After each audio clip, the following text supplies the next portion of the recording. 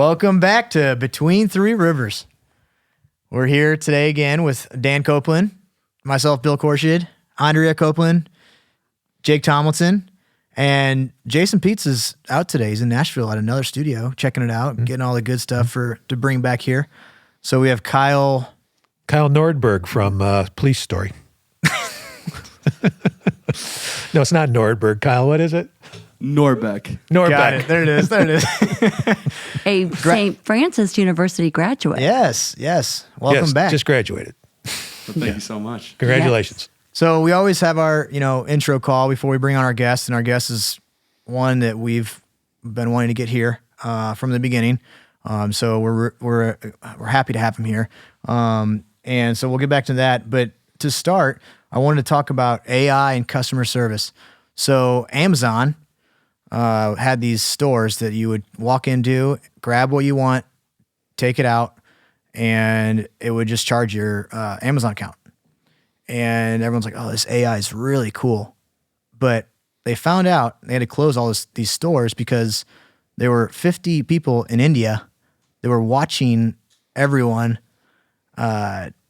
take what they had and calculating it. So it wasn't AI. It was 50 people in India. Oh, it was people doing it. People doing it.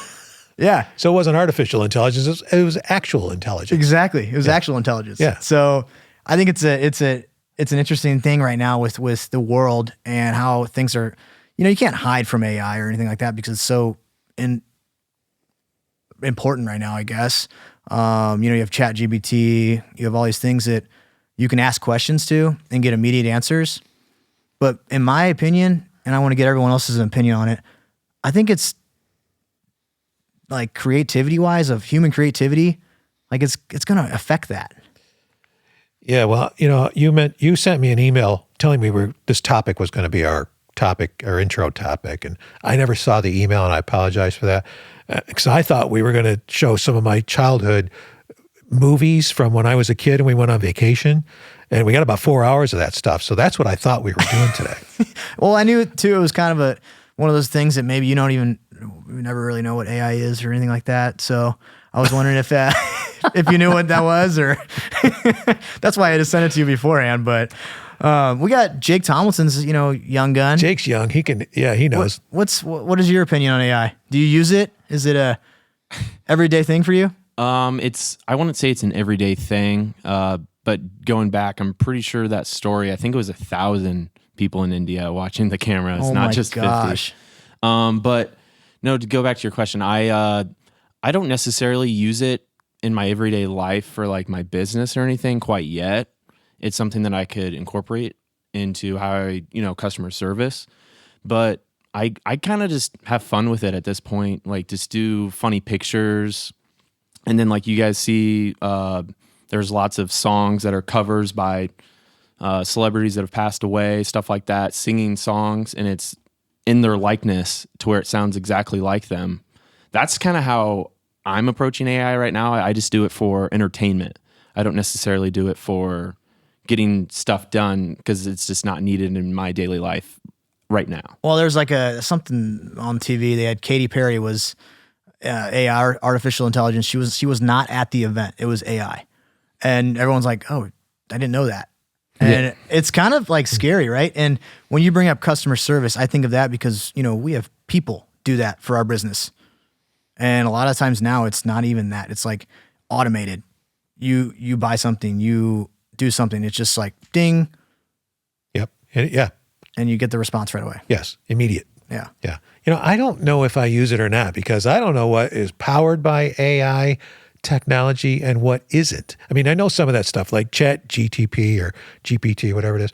I know that's AI, but a lot of the stuff that I think that we do, we don't even know AI is involved in some of these things.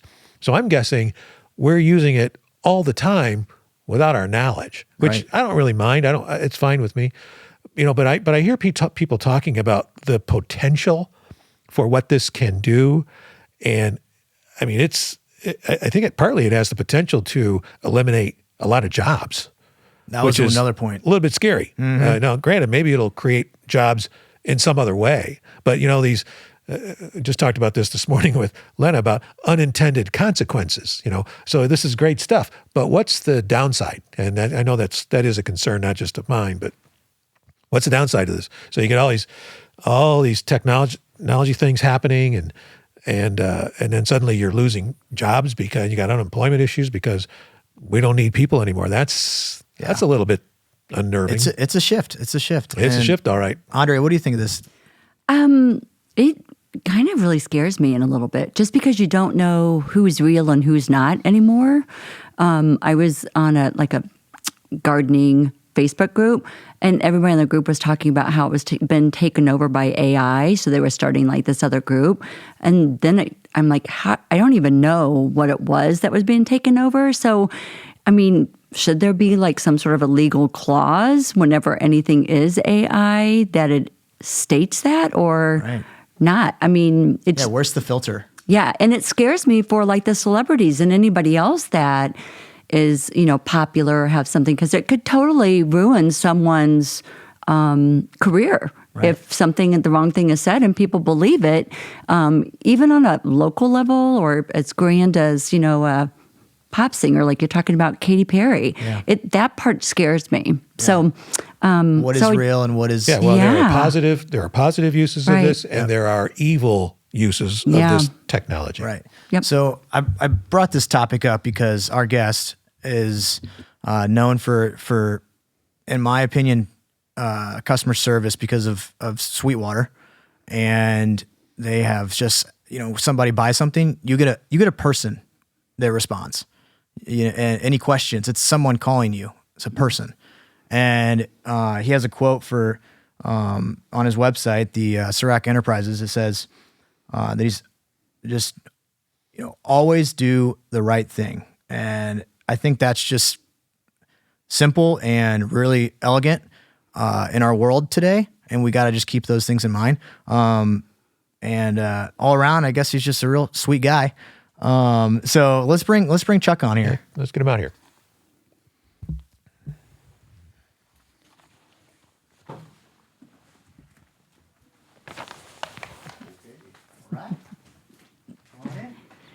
Welcome to the show, Chuck. Thank you. Thanks for coming. Glad to be here.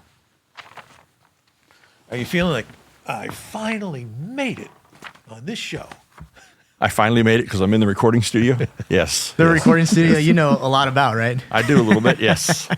Was it hard? I think you had the question. Was it hard finding the place? Well, I've got two questions, two really serious questions to get started here. Number one, did you have a difficult time finding Sweetwater? I think I knew the path over here. Okay. Doesn't hurt that my house is less than a mile away. That helps. Nice. And if you can clear it up for us, is it Surack?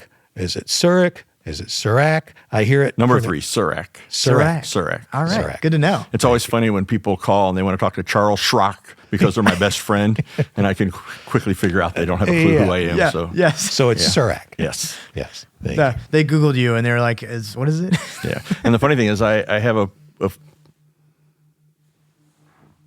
well, good. You have- I thought Just a busy guy. I thought I turned it all off. I'm Let's have a sorry. little AI going on over there. Yeah. Yeah, darn it. And it won't stop. Good thing the power of... You can take that if you need to. No, I don't. I just need to turn it off, which is what I tried to do before. Okay, sorry. All good. Power of... We can edit. And, editing. Yeah, okay. All good. If you don't mind, I'm going to just dive in here. Yes, please. When you started Sweetwater, did you have any vision for where you were headed? You want the honest answer or you Yes, want the sir. marketing answer? I want the honest No, answer. there was no way. That was 45 and a half years ago. Started very humbly in a beat-up VW bus. I had no dream, no goal, no ambition, no plan. I just wanted to do music and have fun helping produce others. That's what I really liked, even more than playing. I loved being in the recording studio and helping my friends sound better, maybe than they even were. Yeah. Well, you know what? They do that with us in this studio. I like it. I like it. When I hear this and listen to this thing, it is phenomenal. It's like, wow, who are those people? Yeah, usually I don't like to hear my voice, and it's Me kinda- either. It's good in here. Yeah. So no clue. So but things must obviously just kept getting better and better and better. And somehow the business got some traction at some point and took off. It did. I had been on the road as a musician. I had a beat up old VW bus, and I toured all over the country. Back in those days, you could be on the road and play 6 nights a week, playing the nightclubs and the restaurants and that sort of thing. And after doing that for almost 5 years, I came home, and really all I had was the VW bus and a little bit of recording equipment. I thought, what am I going to do? So I started a mobile recording studio with the bus, and I would pull it alongside the school, the church, the nightclub. I'd run 100 feet of microphone cables in and mic up the band or the preacher or the choir, whatever it was. And then I would take those recordings. Well, I'd sit in the bus with my headphones on and record them. Back in those days, it was a reel-to-reel tape recorder. Of course, today we do it all on computers. But then I would take those recordings to the living room of my 12 by 55 mobile home, where I would edit the songs in the right order and send them away and make LPs and 45s and that sort of thing. And I could have never, ever envisioned that it would grow to something like this. So you know the other side of life. I do. From where you are today. Yeah. I've been very blessed. Yes. Well, congratulations to you. Yeah, that's an amazing story. Like when you walk into Sweetwater here, it's got some memorabilia, like some memories for you. Do you always, is it surreal coming back in here? Every day. It's surreal. I pinch myself. I know how blessed my wife and I have been, and I love that we're able to do things for others. That's what Sweetwater's allowed us to do. So I understand that you're very quiet about the things you do for others, and I understand you do a lot of those things. Are there one or two things that you've done that you can look to and say, boy, that was really awesome. I'm glad we got involved in that. Oh man, there's been so many things. The last 2 years I've been the board chairman of the Boys and Girls Club, and I just love what Joe Jordan and his staff of people do. You think about those little guys and little gals. They didn't get to choose which family they were born into. And we're able to pour into them and hopefully make a difference in their lives and get them to go the right path instead of the wrong path. Yeah. That one's huge for me. Most recently, Bridge of Grace and what Javier Mondragon's done.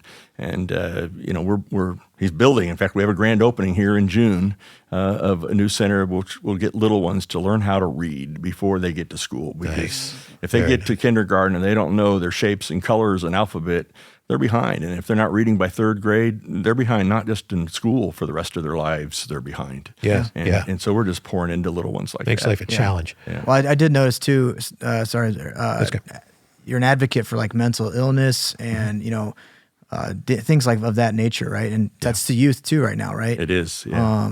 And, suicide prevention, things like that, right? What kind of got you into that? Was there a moment in your life or just more or less just seeing what's needed? Well, we do see that it's needed. Mental illness is in virtually every family. We've had a couple close family members, or friends of family members that have lost loved ones at way, way too young of an age. And I just can't imagine what it's like today to be a teenager or even older and have such depression where you see there's no option. And we just have to help people however we can. Yeah, you see more and more of it. I think these phones and all these different things, we're not sitting down interacting with each other as much. That is true. Even I'm on the zoo board with you right now, and it's great because we get to be there together and we can talk to each other. But I even struggle. I used to, when I was younger, be able to walk up to anybody and have a conversation. But now I feel like it's a little bit harder because you're so used to just picking up the phone. You're so used to sending a text.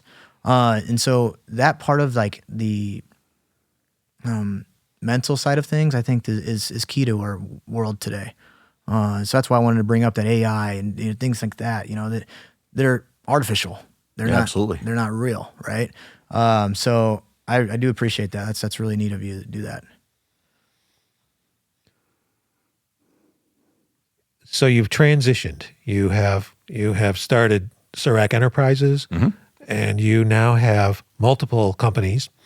And one of the most interesting ones, and Andre mentioned it earlier today, is your the helicopter company, Estrom. Estrom, yep. Helicopter. Somewhere in northern, I think it's in the UP, isn't it? It's in the UP, about an hour north of Green Bay, Wisconsin, yes. Yeah. Started in 1956. Wow. And they've made about 12 or 1,300 helicopters, delivered them all around the world. And to make a long story short, they got bought by the Chinese about 12 years ago, and the Chinese took a lot of the technology from them. And then the Chinese figured out they couldn't really get private aviation to happen in China. The government wouldn't allow it. And eventually they bankrupted the company. And so 2 years ago this month, I acquired the company with 0 employees. Today we have 165 employees. And we've started shipping helicopters all around the world again. Not quite in the U.S. We're waiting on some approvals, but we've shipped them recently to Africa and Peru and other countries. And it's a 2 to 5 passenger helicopter, and they're used for training military. They're used for VIP, personal use, that sort of thing. Yeah. Fully manufactured. They do everything. Yeah, if you'd ever get up to Manama, you'd see we start with raw steel and aluminum, and we bring in engines and some avionics, but we really make the helicopter from scratch. That's amazing. How As a did you manufacturing find guy. all those people in that tiny town? It is a tiny town, but a lot of them had worked at the company off and on through the years. Many of them have been there their whole life, their whole career, family members, And one of the things that I promised them, because in the past, it would be feast or famine. They'd get a bunch of sales and they'd hire as many people as they could, and then things would slow down, they'd lay them off. And I promised in the 45 years I've been in business, I've never laid off an employee. I think that would be horrific to do that. That's amazing. And well, thank you. And so I promised them that you come back and you're going to work. And if we get a little bit slow, I'm just going to build them and pile them up in the corner until the times get good again, and then we'll sell them. But I just can't imagine how bad it would feel for me and for the employee to say you've been laid off and you're not getting any more pay. So the technology the Chinese took, is it technology that they can use, weaponize against us? No, it was really pretty basic aviation stuff. The real problem is there just isn't general aviation over there. So even though they took it, they didn't do anything with it, and they really can't. Yeah. I saw that, I read somewhere your father, Jim, he was a pilot. He was a pilot, private pilot, yeah. Yeah, and a chemical engineer or something like that. And he graduated from what used to be Trine University. It used to be Tri-State, and today's Trine. Right. Yeah. Does that that inspire you for all these different sweet aviation and not really. Not really. Yeah. Yeah. No link there. No, I mean he was pretty much an 8 to 5 sort of guy working this chemical engineering job, and then eventually he moved back to Fort Wayne. Or for my mom. My mom was from Fort Wayne. My dad was from Eastern Ohio, and he took a job at General Electric designing golf cart motors and that sort of thing. He had some jobs on the side, but he tended to stay pretty much a more traditional 8 to 5 thing. Right. And so, this company you bought that builds helicopters, where a lot of those employees came back? Yes. I'd guess 70% had worked there before. Yeah, because they all live there, so... The harder problem is I'm trying to take the company into the future. And so to get engineers to move up there is a little bit of a struggle. But, frankly, if I look back 30 years ago, it was the same thing with Sweetwater and Fort Wayne. And people would go, Texas? I said, no, that's Fort Worth in Fort Wayne. And we'd have to sell Fort Wayne pretty hard. Now, today it's really easy to sell people about Fort Wayne. They love the quality of life, the minor league sports, safe place, parks, all that sort of stuff. But it was hard 30 years ago. Yeah. I mean, now you're up to Sweetwater has 2,300 employees. No, I think even more than that. Even more than that? Yeah. I mean, that's incredible. Yeah, and I read it was 50,000 instruments or something like that. It's 80,000? 80,000 a week? Is that what it is? Oh, a week. I don't know, but there's about 80,000 different instruments that we stock. Wow. Items that we stock, yeah. I mean, walking through here, we get to do this once a month and it is so amazing. Like just walking in. I always come like an hour early because I'm like, I was going to hang out. What's amazing to me is to think about that little VW bus or the 12 by 55 mobile home. And today, and I don't mean this at all arrogantly, but we have almost 1 million square feet under roof here, plus another 400,000 out in Arizona. Wow. And, I'm just humbled every day. Yeah. Just every day. That's huge. Yeah, we're on 160 acres here. Phenomenal. So you keep growing. Yeah. Yeah. Wow. So is the business growing? Is it every year? Does it? Yeah. It started, it's been growing. We actually have 45 years now of every year, the top line and the bottom line are better than the year before. But it exploded during COVID, and it's kind of not quite those levels, but it's still double-digit growth every year. Yeah. And when you think about double-digit growth and compounding on each year, I mean, they'll soon be a $2 billion company. Mm-hmm. So your involvement continues. It does. In what capacity? Yeah, so I'm still chairman of the board. And then my wife and I still own a big piece of the company. Almost 3 years ago, we sold the majority to a great bunch of people, a capital firm, as you call it. But they're just good partners and really engaged. And again, we're the largest individual shareholder. So we have a lot of input on what happens with the company. And we've been able to get the next president, someone we like, someone that's been here more than 20 years. And it's all good. Yeah, and it helps you to expand your business because you're a huge entrepreneur. I feel like I have a lot of fun. Yes. Yeah. So Have you always been an entrepreneur? Like, is it like something? I mean, I guess with the VW bus, it was. I mean, you're going around. By then, I was a seasoned entrepreneur because when I was 5 years old, I was making pot holders where you put the loops across in the other direction. I was selling those for 15 cents a piece or 2 for a quarter in my little town of Southern Ohio. I had a newspaper route with 330 papers. Most of my friends had 40 papers, but I figured out if you delivered to the apartments and senior citizen homes, they were close together and you could deliver fast. I had a Toro lawn mowing business. When I moved to Fort Wayne, if you had good grades and all that, you could get a credit basically from Toro lawnmowers. And so I had 5 friends that worked with me. We had 6 lawnmowers, and I go on and on. I used to go to the police bicycle auctions twice a year. I would buy all the scrappy bikes, and I'd take 3 and make 1 out of them, and then turn around and sell them. So nice. Yeah. I love it. I didn't even know what entrepreneur was back then. I'm not sure it was even a word back then, but I definitely had the itch. Yeah. That's awesome. Of all your businesses, is there one that you just love? Not. Let's exclude Sweetwater. Is there one that you just think this is it, man? This is the greatest. They're all great, and what I do like is many of them have been underdogs. Some of them have been in crisis mode when I've acquired them, and it's a lot of fun to turn them around and really take the same business but apply customer service skills, clean up the businesses sometimes physically, bring some inventory in or some new technologies, and I've done that with many, many businesses, and that's just a lot of fun. Yeah. Do you ever sell them? Never sell them. You always keep them. So far, I have. Yep. Yeah. That's kind of like our family business. We like to do the same thing, like go in, find a good company, and just keep it being good and also grow it a little bit, right? Yep. How'd you know how to do that?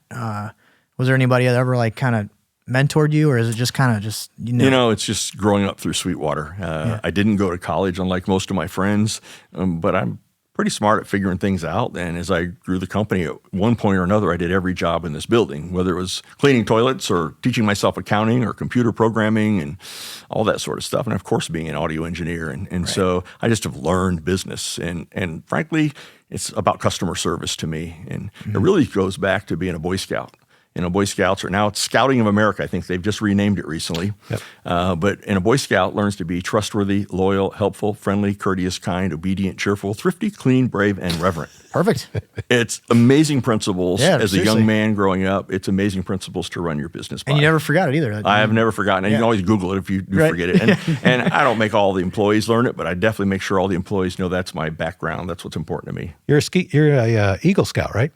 No, that's one of my 2 failures in my life. I still give a lot of credit to Boy Scouts, but no, I had my Life Merit Badge, the highest rating you get other than Eagle. I'd done all the required stuff, and I needed to do one little simple citizenship project, like build park benches or clean trash up alongside the road.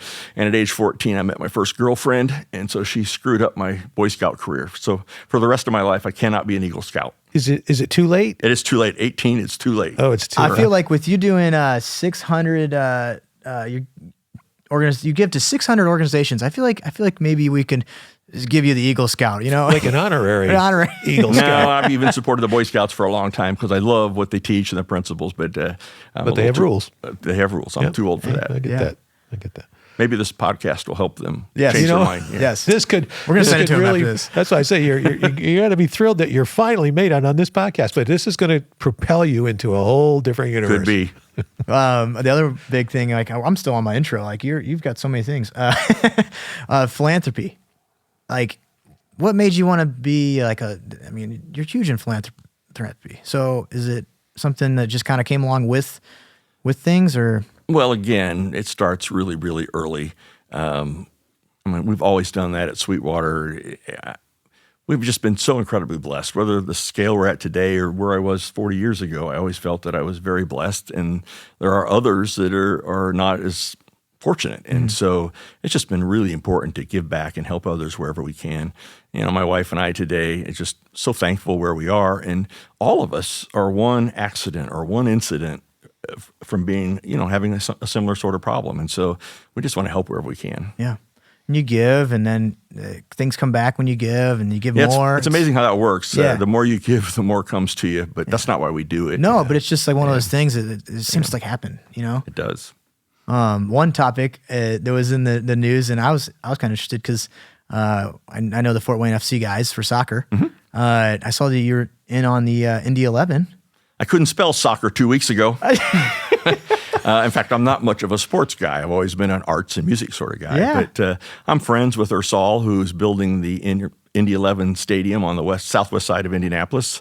And I just wanted to help get the thing done. And there's a little bit of controversy going on with the mayor right now. Right. And he wants to build a different location. And I think just putting our credibility behind Ursal should help. Right. And it was already started. Like, they were going to build it. Yep. You just got to finish it. And was there another team that was going to come in on the other location, or is it more just...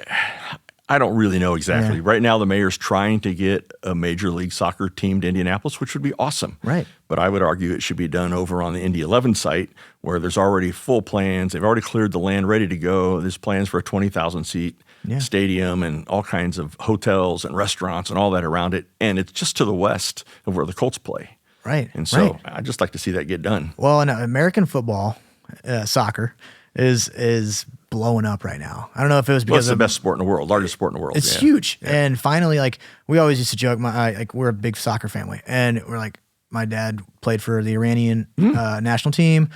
So, it's one of those things where, like, we always were involved in soccer.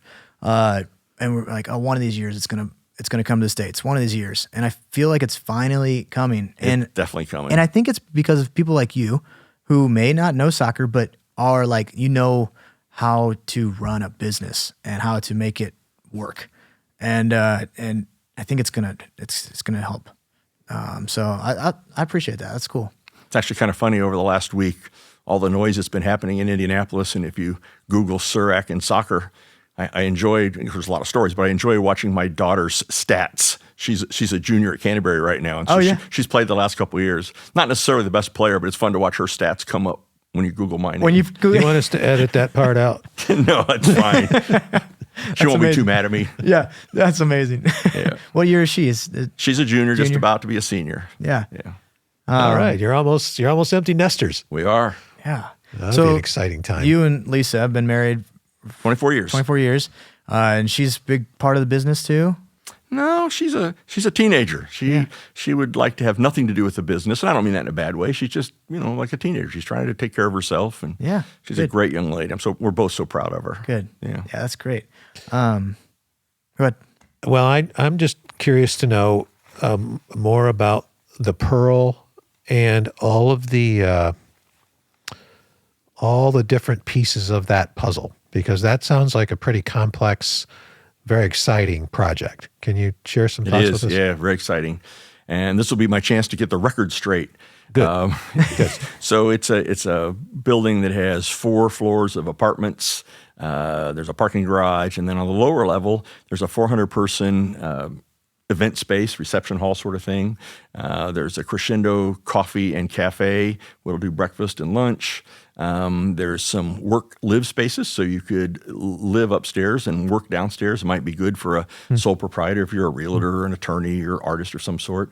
And then on the northeast corner, there's an Italian restaurant, high-end Italian restaurant that'll have Italian seafood and steak. And then, I don't think I'm talking out of school, I hope I'm not, but there's going to be duck pin bowling on the other side of the building. So there'll be some entertainment downtown. Nice. And that's the Pearl. The tricky part was when it first was announced, and we wanted to do a really fun thing, but we did it without having any other outside investments. I didn't go to the city and ask for any tax incentives or anything like that. So we're just paying for it completely ourselves. And it was announced that it was a $50 million project. Well, it ended up being closer to $90 million project. And but it'll be done at the end of August, so people will be moving in early September, and the restaurant will open in November. What did you call the bowling?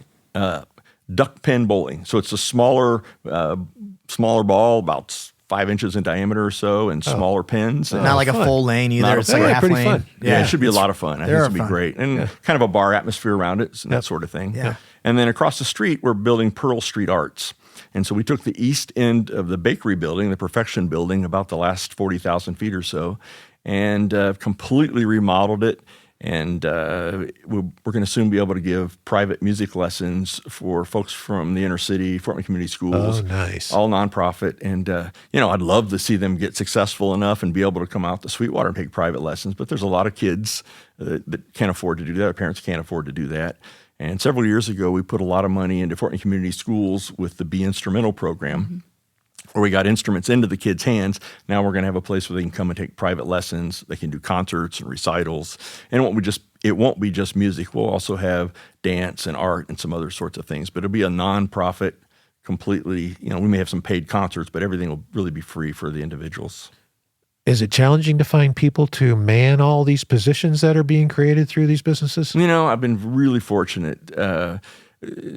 People like to come work for us. Yeah. And so I've been able to attract just really, both at Sweetwater and all the other business, just the best of the best, and they stay. I don't lose people. And I know the challenges with pay and all those sorts of things, so I make sure I take good care of my people, but they really stay.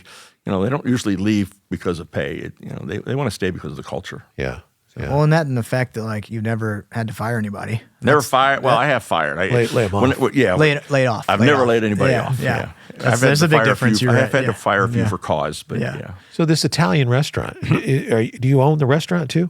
We tried really hard to find someone else to come in and operate it. We talked to various operators in Chicago and Indianapolis, and I just couldn't find what we wanted. So yes, I've decided that my wife and I are going to open this restaurant. I don't think we're going to be there cooking. Maybe I'll meet you at the door once in a while, but we've been to Italy multiple times over the last couple of years, and we just want to bring something a little different to Fort Wayne, a little more upscale, not necessarily expensive, but just capture a little bit more of the Italian. I don't think we can go full Italian, but I also don't want to do American Italian. I think some of the other places in town, whether it's Italian Connection or Salvatore's or Casas, it's great, but that's more American Italian. Yeah. There's a slight difference. Yeah. How do you go about finding a chef? Is that do you go to Italy and say, hey, we're not going to go to Italy, but we're working on that right now. Yeah. We have a woman who's helping organize and run everything, who's opened several resorts down some of the islands down south. So she's got lots of great connections. And very cool. I'm very confident we're going to have a beautiful place, and it's going to be a great menu, and it should be nice. And Fort Wayne's first Michelin. there we go. Maybe. I was back to the youth playing instruments and everything. I had an experience with my son. He went to School of Rock. Oh yeah, sure. And it was a good experience because I remember as a kid being my mom would say, hey, let's go do piano lessons. And I'd be going to some old lady's house and start trying to do piano lessons. And I'm I don't know what I'm. Probably smelled funny in there. Yeah, right? Well, I don't know what I'm doing here.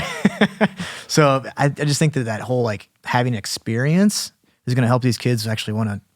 Here at Sweetwater, we have the Music Academy. We have 1,300 people every week coming in and out of our building, from little 1-year-olds to we recently had a man in his 90s. Oh, my gosh. Yeah, it's just crazy. And how far do they come? What's the geographic region for 30 that? minutes, 40 minutes, just depends. Yeah. There's just that many people. It's amazing. It is amazing. Yes, it is. Yeah.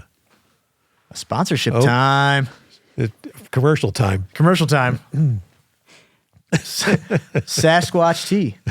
Believe it or not, we have a sponsor. We do have a sponsor. That's awesome. Yeah, isn't that cool? There you And go. you get to have that. Thank you. Yeah. Not sure if you're a tea guy, but I am a tea guy. I'm not a coffee guy. I'm a tea guy. It's delicious. It really is. Look forward to it. Local family, Tom Titman, and his partner own it, and it's veteran founded. So I do one of these every night. They just have new flavor come out, but I think his whole thing is branding. It's have a cool tea instead of some just basic tea, Sure. So it's great. Back at it. Where were we? Well, I'm very interested in all your businesses. Sweet Cars, a customer of ours actually, but you've had that for quite a while now, and I think that's transitioned from local buyers mostly to online. Yeah, about buyers. 50% of our buyers come from all over the country, which just blows me away. But that's one of the things the internet has equalized, if you will.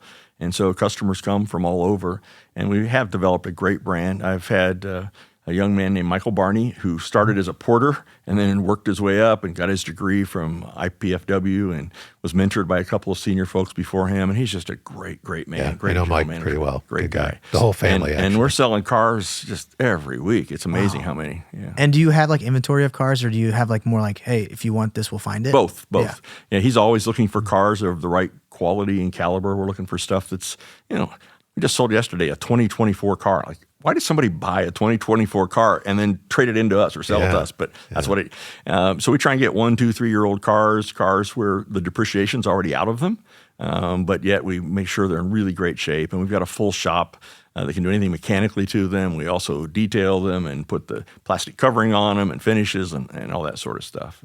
and we're in the process of expanding that right now. That business keeps growing and growing. But we recently bought the bowling alley behind it, and we're turning that into a car photo studio, and we're going to soon be offering a new service that's not happening anywhere in northern Indiana that we're aware of, called dry ice cleaning. So we'll be able to clean the underside of the car, and a lot of guys that have collectible cars and that sort of thing want to have it dry ice cleaned. Wow. Yeah. Using dry ice. Wow. Yep. Just cleans it. It's amazing. It makes it look brand new. It takes all the oil, grease, road grime off, and it looks brand new underneath. Now, I don't know how many people look underneath their car, but folks that are collecting cars definitely do. Yeah, well, and if you get it dry iced, you're going to make everybody look under there and see it. That's right. Hey, look under my car. Yeah. How do those things You come think in it looks nice up here? You should see it down there. We're real excited about that. That'll be going in the next probably 45 or 60 days. That's pretty Wow. cool. Yeah. That's Very great. nice. Yeah. That's so interesting. Yes, it is. You That should is- sell mirrors too, so that way when they get their car dry iced, you can put a mirror underneath it so you can see underneath so it. all of our friends can see it. So There you go. You know there what? You get those mirrors that fit on your shoe, and you stick it under there. Yeah, there you go. Well, I think that so many interesting things. Like, is there anything else you were you can think of that are interesting like that? They're new that you're doing. At Sweet Cars? Yeah. We're just improving all the time. The level of technical service that we can provide, the quality of the pictures part of this new space has a whole new photo booth. So we'll be able to take even more accurate pictures, especially today with all the stuff happening online. People want to see hundreds of pictures of their car down to every detail and key lock. And we want to be transparent and show them those. So if there is a scratch, usually we'll fix them. But if there's something we can't fix, we want to make sure that's really obvious so the customer's not surprised when they get the vehicle. So Well, you got a nice showroom to take picture, or not the showroom, but wherever you do those photos in a little booth. We do. We have a booth now. They're But really we're getting nice. a much nicer, more state-of-the-art, even better. Yeah, nice. Again, that'll be in less than a month. So. Yeah. I have a kind of a all-around question. How do you know when to put on the gas for new businesses, or does it just come to you, or do you you're like, hey, I'm gonna hold off for a little bit? No, that's a great question. Yeah. To me, it's pretty obvious. I've been doing it so long now. I see opportunities everywhere, and I would go, why not put on the gas? Right. I walk into other businesses sometimes, and there's a lot of great places around town, but sometimes I go, oh man, you have a gold mine here. If you just would frankly clean it up, put some customer service in it, really get engaged, it would be awesome. Yeah. So, Do you counsel business people about those I do. types of things? Yeah. I do a lot of mentoring. Yeah. It tends to be more young people that want to start a business, and so I'm always helping. I love helping young people. Yeah. Awesome. Awesome. And do you charge for that type of service? Absolutely You just not. simply No. you just do it. I have, half a dozen men and women under my wing right now that I meet with pretty regularly just to give them guidance and direction and help them. Yeah. I'm involved with Love Fort Wayne, which is also just an amazing organization. We're really creating a movement across Fort Wayne, and one of the programs we have is a leadership development program. Did you say Love Fort Love Wayne? Fort Wayne. Yeah, Google it and you'll see. But we have several pillars that are important to us. Loving our leaders, loving our schools, loving our families, loving our pastors. Nice. And it's a movement that just the fabulous people on the board, folks like Mike Packnett and Rob Wallstrom, was it Vera Bradley, and just really, really good people. And we're just trying to make our city better. We're pouring into our city. But anyway, one of the things we do is love our leaders, and so we meet with young leaders and help them. And I meet with many, many of them just to give them some direction and guidance and that sort of thing. Right. I think that's huge because growing up, I did the Northeast Indiana Innovation Center. Yeah. And I felt like you're kind of on your own in that situation. Whereas this, it's like a group. You get to talk to other leaders. You get to engage with other people of your age. So there's 15 or so youth within that. I would have killed for that because it's just it's fun. And Today it's there are engaging. so many opportunities for mentoring. It's amazing because they didn't exist 30 years ago. Right. That is true. They weren't around. Very true. Talking about leaders, Chuck, we all lost a leader and a friend when the mayor died. And he was supposed to be on the show. And so instead, couldn't be here, obviously. So we talked to John Perlich about who were Tom Henry's really close friends, and he recommended Carl Bandemer and Rick Briley, a neighbor of the mayor's. And I heard the whole show. Did you hear it? Well, I it did. was an awesome show. They It was did an such a awesome good show. job. Yeah. I think probably I loved a lot of it, but maybe hearing Rick talk about how he got to go work for the Tin Caps based on the mayor's recommendation. That was pretty good. And more importantly, the way he went and he said he got baseballs from the pitching. Gave to the kids. And gave the kids. Awesome. That Just was awesome. I'm thinking, man, I've missed so many opportunities where I could have done things like that. I was inspired by that, actually. Those guys were great. But you were a good friend of the mayor's. I was, yeah. And can you share? Do you have any funny memories? Any fond memories that you'd like to share with us? Oh man, I don't want to take you down a path you don't want to go down. Yeah, that's all right.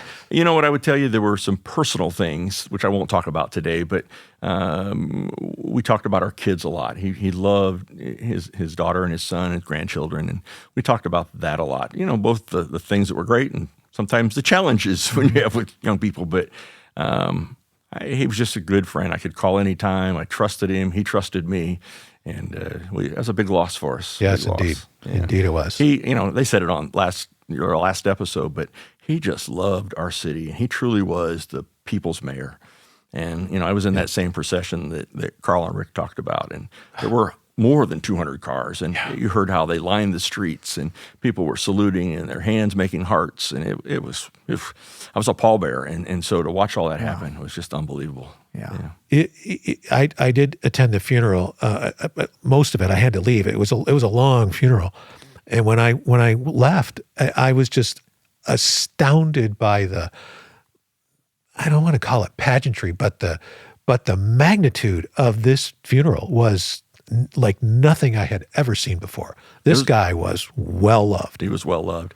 I went the first day for the viewing also and got there quite early and stood in line for quite a long time. Of course, going through all of his brothers and sisters, and that makes it a long line. But watching our city police standing there on guard, it was as close as we'll ever get to a presidential funeral or something. I was just so knocked out by it. Yeah. And also, one of the things that Carl didn't talk about or Rick talked about, when the processional was going through the city, watching all the city police officers dressed in their blues or the firemen with their ties all saluting. It was powerful. Incredible, powerful. Yeah, I heard about the kids. The kids were great. You came over that bridge at Northside High School and you saw them all there, or St. Jude. It knocked us all out. And I know it touched the family. I've talked to many of them since, and they told me how much it touched them. So. Oh, I'm sure. Yeah. What it's a negative thing, but also it's like so much a positive part of it is seeing those things and hearing those things. People talking about him, it's all positive, and that's what's so amazing, because that's on our show we try to keep things positive because there's enough negativity, I was so proud of our community. Through that whole period, everyone was so positive on I read a lot of social stuff, and there just wasn't a negative comment. And, there are always ways to dig at people, but no one did. Everybody was very respectful for Mayor Henry. Right. The politics went away. Politics went away. Past indiscretions went away. And they just talked about what a great man and how he just loved everybody. So, well, I appreciate you listening to the podcast. Yeah, thank you. Yeah, you're very welcome. I enjoyed it. I enjoyed it a lot. Good. Thank you. So. Good. Yeah. Oh, we have some questions. Oh, do we? Yeah, Jake's got a question. Okay, great. Hey, Chuck. So I produce a couple different podcasts, and I'm very familiar with coming into Sweetwater. And the team is always so helpful with helping me find exactly what I'm going to need. And with them running such a tight ship, I'm not surprised at all that other companies are, interested in structuring their business model based off of that of Sweetwater's. And I actually used to work for one, 3BG Supply. I'm sure you're familiar with Shane. Sure. And I'm just curious, how many companies or individuals, even if you're not invested in them, have you helped over the years? And what do you think is the best way for those people looking for a mentor to find someone such as yourself? I have no idea how many I've helped, and I've helped individuals, I've helped groups, I've gone and spoken. I just went a couple weeks ago up to Garrett High School and spoke to their entrepreneur class for quite a while. I go to most of the schools and do that. It's pretty easy. I'm very accessible. I'm Chuck at Surack.com, SURACK.com, and I return every email, every phone call. It's something I pounded into all of my employees and all my companies, and it's what I personally do. I don't care who you are. I'll return the call. I just always do. Wow. Yeah, I mean, you emailed me right back. We were like, hey, you want to come on the podcast? And it was like, yeah. I believe nobody is any better than anyone else. We all have the same dreams, fears, ambitions, and I'll return a cemetery plot salesman's phone call, a window cleaning salesperson. I don't care. I return every call. And it's just mutual respect for other human beings. And I'd like to think we would all do that. Yeah. So. Well, it's funny. I mean, not funny, but Jake just mentioned like a business plan. Like I go to Chick-fil-A and I'm like, dang, they must have a heck of a business plan because they got this thing. They got it together. Figured out. Yeah, they do. Yes, so they I do. always think, I'm like, what if someone could sell their business plan? You know what I mean? And they would be top of the line, but I feel like you would be too. And is there a business plan, or is it more just, hey, you know what? Trust the people and do the right thing, and then it'll all work out. Well, it's hiring great people first off. You have to have great people around you, and then empowering them to do whatever it takes, and then just always do the right thing. Yeah. It's that simple to me. Right. If you do that, you don't have to remember what you did before. You don't have to cover up lies. You just do the right thing. One of the big challenges that I had in Sweetwater in the early days is people thought, my employees would think that customers are taking advantage of us. And I don't really care. I'd rather you just replace the instrument. I don't care if you're a janitor or a receptionist. If the customer thinks that we need to replace it, we replace it. And it's not a big deal. We replace it. The customer's happy. Now we have an instrument that maybe is a demo. We check it out, figure out what's wrong, and we'll turn around, we'll sell it as a used or a demo product. And it costs very little money. And when you think about how hard it is to get customers or to get that customer loyalty, man, it's easy to me. It's easy to do it. So that's just our philosophy. No, that's great because you can have one like bad comment and it ruins a lot of things, right? Absolutely. So if you just keep giving, it's going to keep coming back to there. Yeah. That's great. Here's what I find amazing is companies that don't have that philosophy, but yet some of those seem to thrive and do extremely well. I mean, you've dealt with businesses before that just don't seem to have much of a customer service attitude, but yet they are great. And it's just amazing to me. I know in our own business, if we didn't practice those good customer service things that we do, we'd been gone a long time ago. Yeah. Well, and that's why I brought up like the Amazon and stuff. Like powerhouse, like they can do whatever they want. They can sell you whatever they want. But like there's who's going to help you when you don't have the right product, or, you put an email together and you get something back, but like there's no one there on the other line. Yeah. And it's just a different model. But, honestly, if we go back decades and you can think about Sears, Montgomery Ward's, Kmart, Teppi's, Circuit City, all those, at one point or another, they had great customer service, but they didn't stick with it. Yeah. That's a good point. Well, you brought up some names I haven't heard for quite a while. Those are all companies that have failed, and yet Yes. they were the top of their game for a long time. Yeah. So even Amazon is as great as they are right now, man, they got to watch their back and make sure they keep staying innovative. Yeah. So interactive, innovative, everything. Absolutely. Is there anything that's like in the pipes besides the Pearl? Or is like you just kind of focused on one thing? I mean, how many balls you juggling here? Well, I have a great team of people, so we're juggling lots of balls. Yeah. You'll hear some announcements later this summer. I'm not quite prepared to talk about them today, but we own quite a bit of land downtown, and so we're going to keep developing down there and that sort of thing. Yeah, I just appreciate that so much. You talking about the Pearl and everything, and having activities for people. Yeah. You know what I mean? Just things to do. It's going to bring people in and everything. So, Andre, you have any questions or anything? My question would be,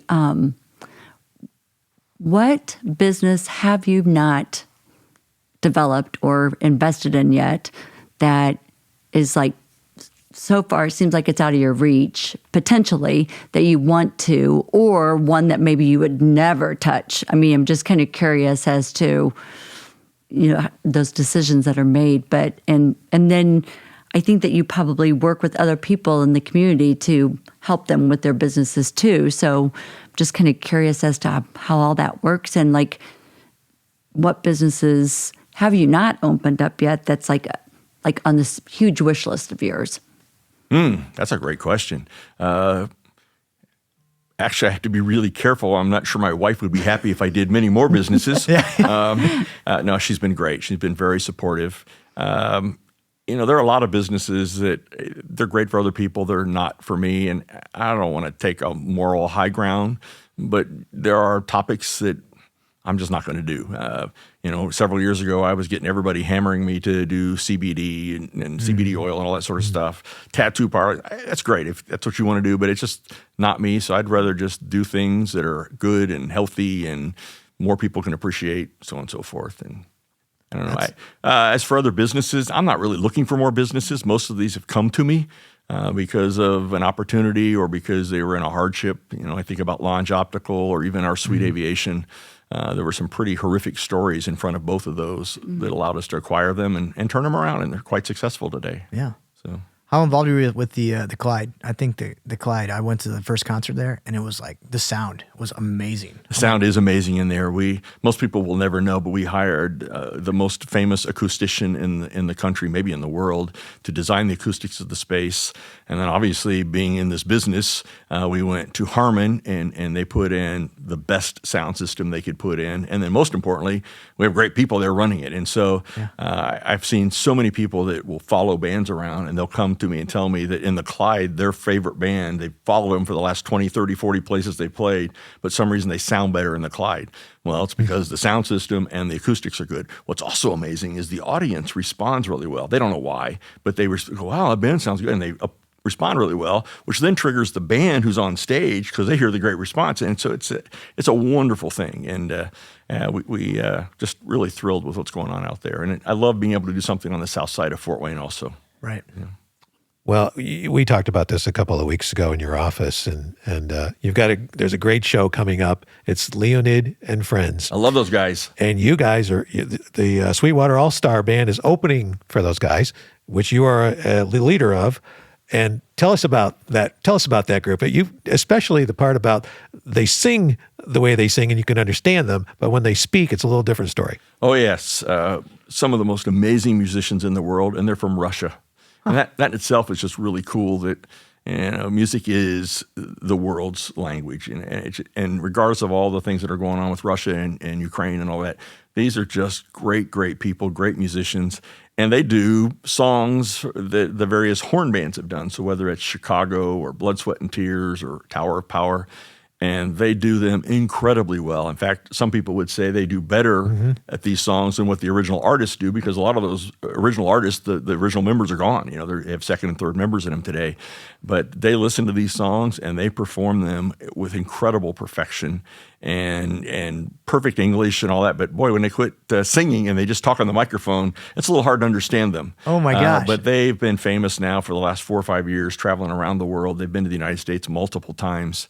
And we just love seeing them. They've played our place before. They've played at Franke Park. They've played up in Shipshewana. Really? So they're coming this fall, and they're going to play at the Clyde on Thursday. And my band, the Sweetwater All-Stars, which is a 8-piece R&B soul band with 3 horns, we're going to be the warm-up act for them. Yeah, exciting. And then the next day, they go down to the Palladium in Indianapolis, and we're going to follow them down there and also play down there. Nice. So, Yeah, Chuck plays the saxiest instrument, the saxophone. So it's I was at the Redcoat dinner, and oh wow, and you were playing, and it was awesome. Like this band is your band is really cool. Thank you. Yeah, it is great. It's we're fortunate to have all these great musicians in Fort Wayne, because frankly, Sweetwater's brought a lot of them to town, and so I'm playing with musicians on stage that are just world-class musicians. And you guys jam. We have a blast. We have a blast. We're about to celebrate our 10th year of playing as a band. So. That's amazing. Well, don't some of those folks play with, or have in the past, or absolutely maybe still do play with big bands? Yeah. Big Most of bands. them are now relocated to Fort Wayne, and they like the idea of staying at home and not going on the road, living out of a tour bus. But they spent many, many years doing that sort of thing. Your drummer, I think, is one of those folks. Yeah. Yeah. Great. What great show.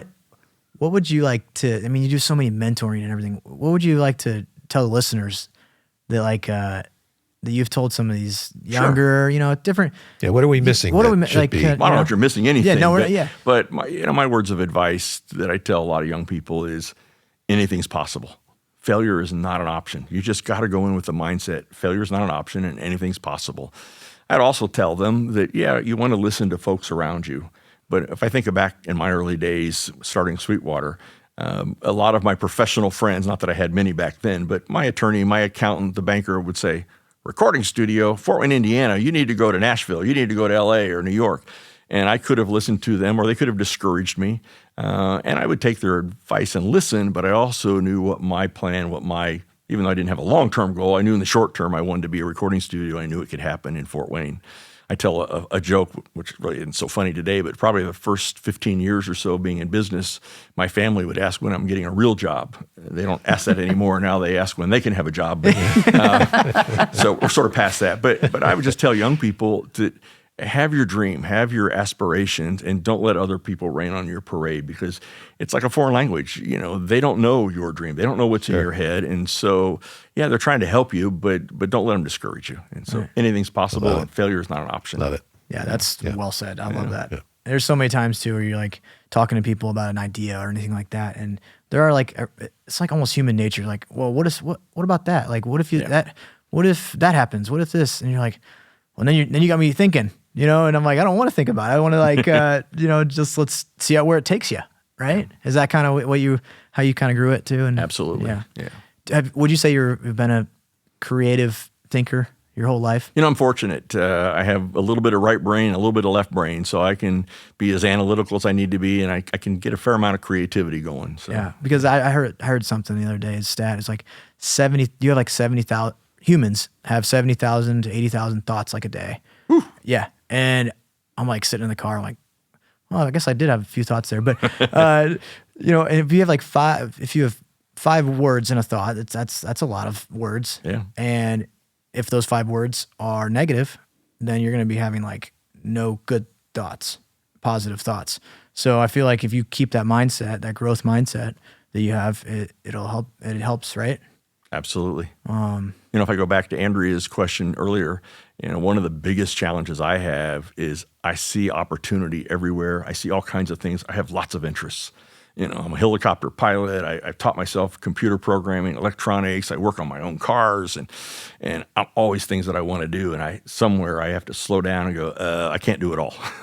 That's the hardest thing for me, because I know I could. Sure. Yeah.